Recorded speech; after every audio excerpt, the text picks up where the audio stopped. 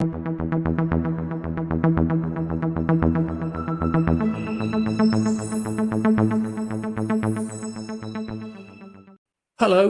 my name's Colin Tansley.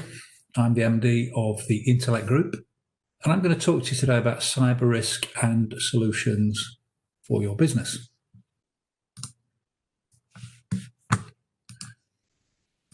So a bit of an introduction first. I'm the founder and MD of Intellect, and now the Intellect Group, which is a group of professionals who collaborate together to protect businesses in all sorts of different ways. My background, I'm a former senior police officer. I retired 12 years ago. I was the Director of Investigations and Intelligence with the Federation Against Copyright Theft. So my background really for over 30 years has been in security and risk. In fact, it's about 40 years now, and investigations. What we do on the Isle of Man is we offer associated consultancy, training and services both on and off the island, and we operate internationally and have done for many years. Now, this is what I'm going to cover today. I'm going to talk to you about the cyber risks facing your business. And I'm going to simplify that. It doesn't have to be complicated.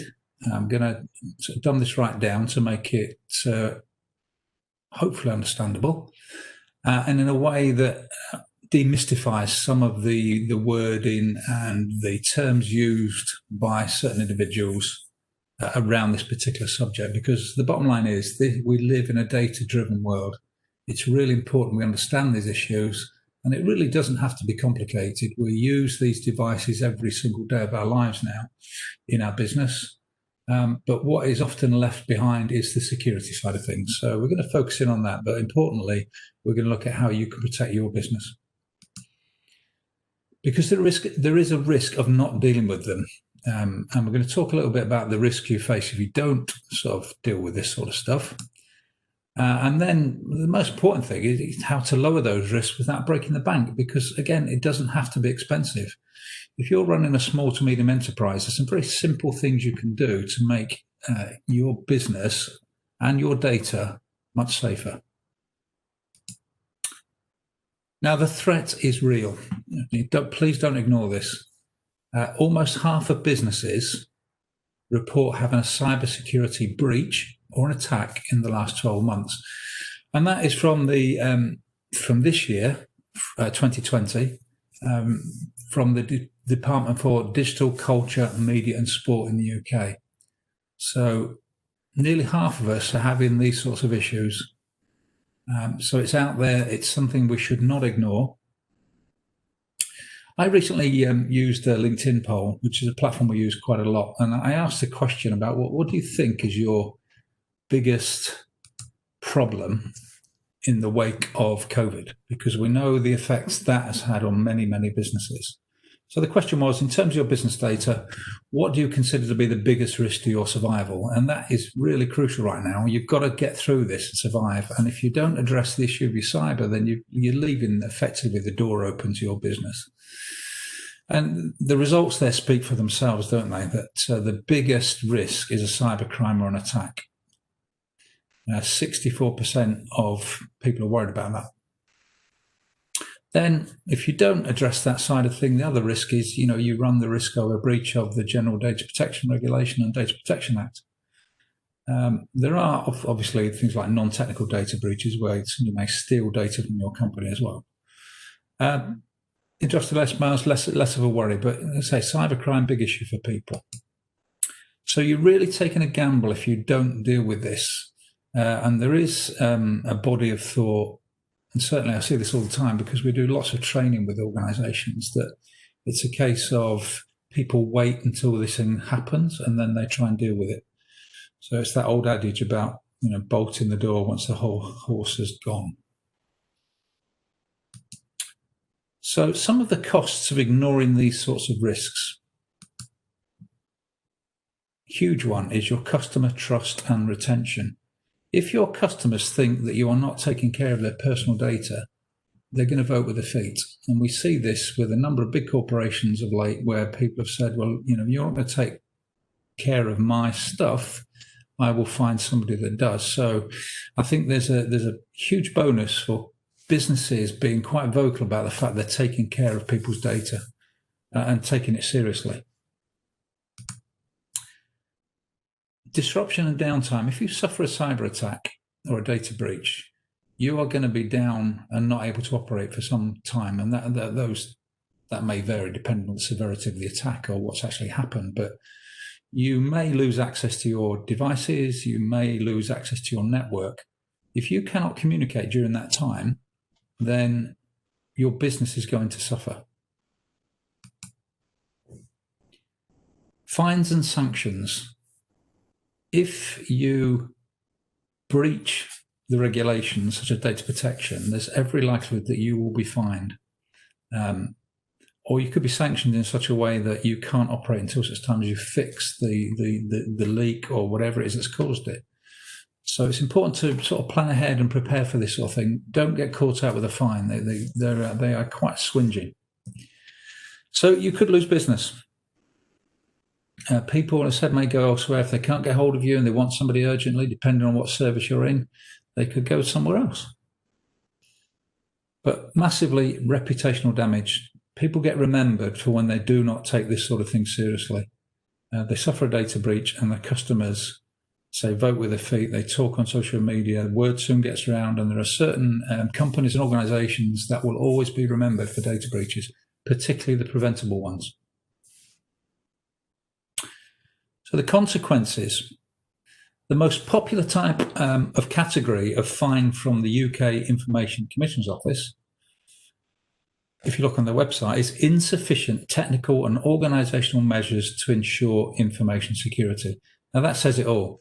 That really says to me that the people that are getting fined are not taking this stuff seriously. They're not doing the basics. And there's a whole range of things you could do, and there's no way in 15 minutes I can cover everything. But I'm going to talk to you about some of the things you can do, which are quite simple, which will get you ahead of the game. So in terms of financial cost, these are from a study by IBM, the most recent one.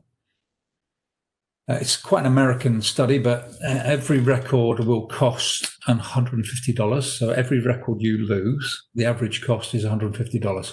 And a record could be something as simple as an email address. It could be date of birth, could be anything. And now just give some thought to how much data you have in your business, and if you lost access to it all or somebody stole it and hacked it.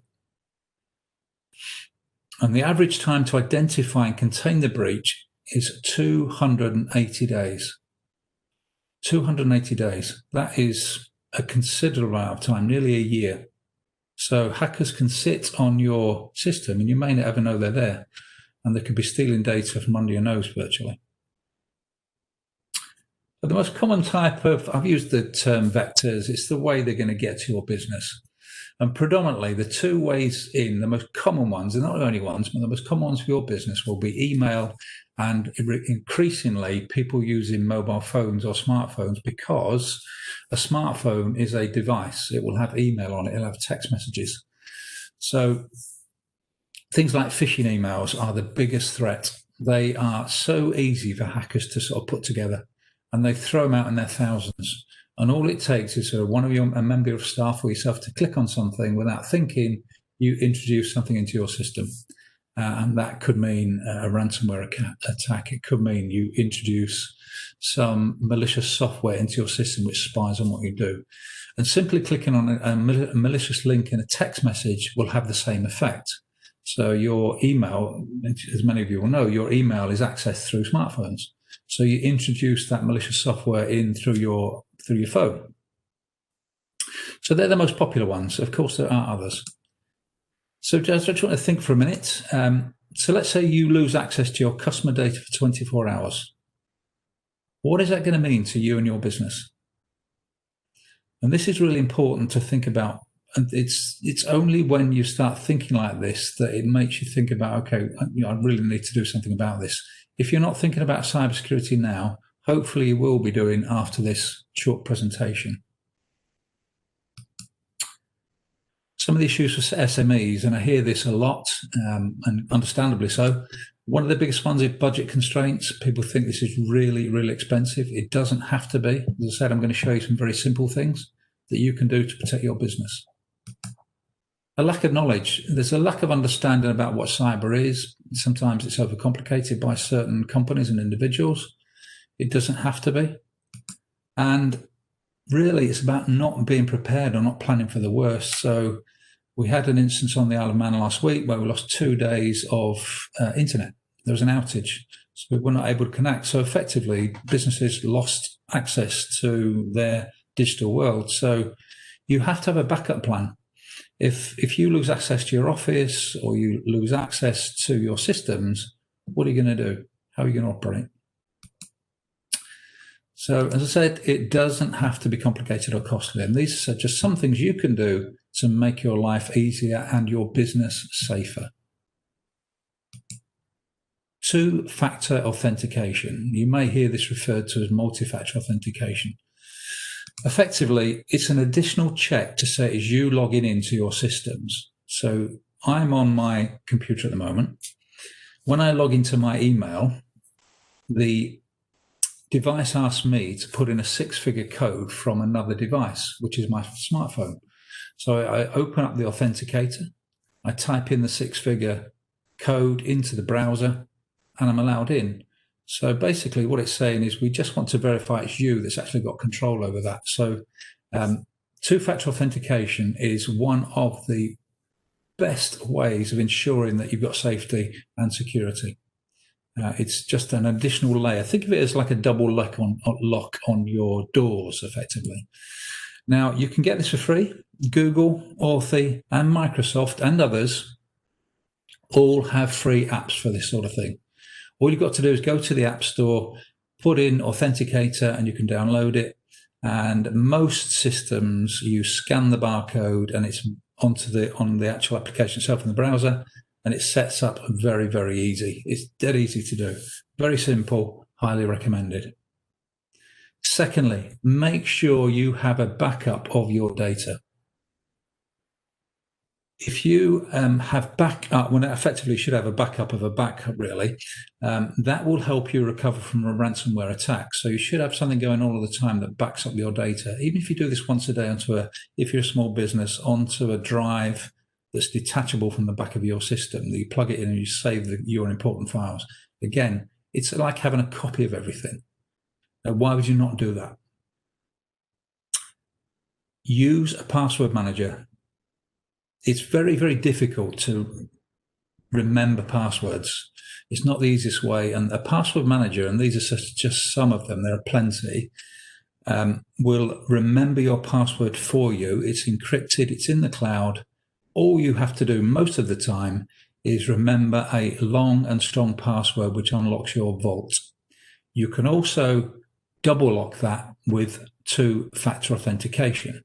So again, it's you in control of it. So research these password managers very, very easily, or alternatively, get hold of us and we'll talk you through the process. Please train and test your staff. And again, this does not have to be difficult or expensive. Your people are your last line of defense. They're the ones that are going to click on links. Your antivirus, your malicious software tools are not going to stop everything getting through to them. E-learning. We offer e-learning as do other companies. Do a short course, get them to understand what a phishing email looks like, get them to be suspicious. We also run webinars, and of course there are other companies that do webinars as well, or face-to-face training. And you've got to keep up with this, keep reminding them, being aware of the threat, because, as I said, they're the last line of defense. They will fail you if you're not very, very careful. And then consider simulated phishing attacks. And you can get companies that will come in and send emails to members of your staff and see who perhaps isn't performing the best. So there might be departments that may be failing, there might be individuals, and then address it in a way, in a supportive manner, as a development plan. Some people will take some getting used to with this sort of thing, but it's very, very important. Your people, as I said, last line of defense. So one thing we offer as well is a cyber health check. You can go to the website. This will take you no more than 10 minutes. It will give you your threats and tell you your risk levels. It's 5 different areas. at a cost, we can provide you with a report. It will perhaps get you thinking about some of the things you're not thinking about. So the health check, it's a great tool. And again, I'm sure there are other companies that do this, but ours is free on the website. So I hope you found that interesting. We're Intellect Group. I'm Colin Tansley. If we can help in any way, I say we offer a whole range of services about solutions for a data-driven world, protecting data, being compliant, training, compliance, etc., etc. Thank you very much.